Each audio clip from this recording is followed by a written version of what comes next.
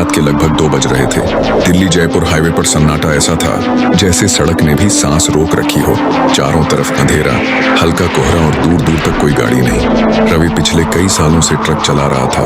रात में सफर करना उसकी आदत थी, लेकिन उस रात उसे कुछ अजीब सा महसूस हो रहा था, जैसे कोई उसे दूर से देख रहा हो। उसका क्लीनर आज साथ नहीं था।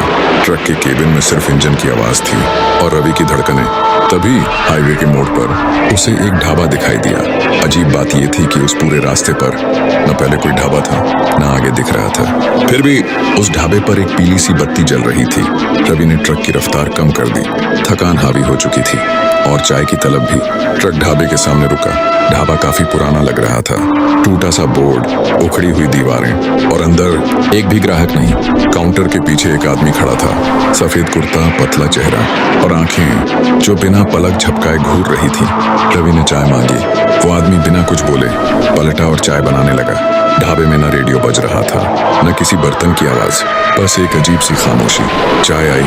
रवि ने घूंट लिया, लेकिन जैसे ही चाय पी उसे कुछ गलत लगा। चाय का स्वाद अजीब था और तभी उसे महसूस हुआ ढाबे में हवा भी नहीं चल रही थी। उसने चारों तरफ देखा, खाली कुर्सियां और खाली मेजें, और वो आदमी अब भी उसे घूर रहा था। रवि बेचैन हो उठा। उसी बेचैनी में उसकी नजर ढाबे के पीछे की तरफ चली गई। वहां जमीन थोड़ी खुदी हुई थी और वहां से बदबू आ रही थी। रवि धीरे धीरे पीछे गया। चांदनी में जो उसने देखा उससे उसके पैरों तले जमीन खिसक गई। मिट्टी के नीचे से एक इंसानी हाथ बाहर निकला हुआ था। रवि का सांस रुक गया। तभी उसके पीछे से किसी के चलने की आवाज आई। वो पलटा। वही ढाबे वाला आदमी। अब उसके हाथ में कुल्हाड़ी थी। उसकी आंखों में अब कोई इंसानियत नहीं थी। रवि बिना कुछ सोचे हाईवे की तरफ दौड़ा। पीछे से कदमों की आवाज तेज होती जा रही थी।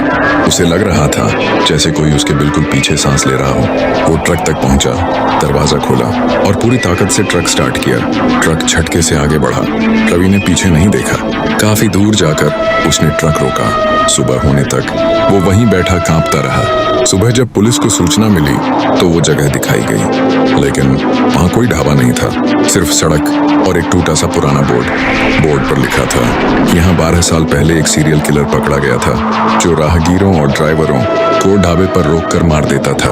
बाद में पुलिस मुठभेड़ में उसकी मौत हो गई। पुलिस ने रवि को ढूंढने की कोशिश की, लेकिन उस दिन के बाद रवि कभी नहीं मिला। कुछ लोग कहते हैं वो उस रात डर से भाग गया, और कुछ कहते हैं जो उस ढाबे पर रुकता है वो कभी वापस नहीं आता। अंतिम चेतावनी, अगर कभी रात के सन्नाटे में दिल्ली जयपुर हाईवे पर कोई ढाबा तुम्हें बुलाए तो याद रखना, हर ढाबा भूख मिटाने के लिए नहीं होता।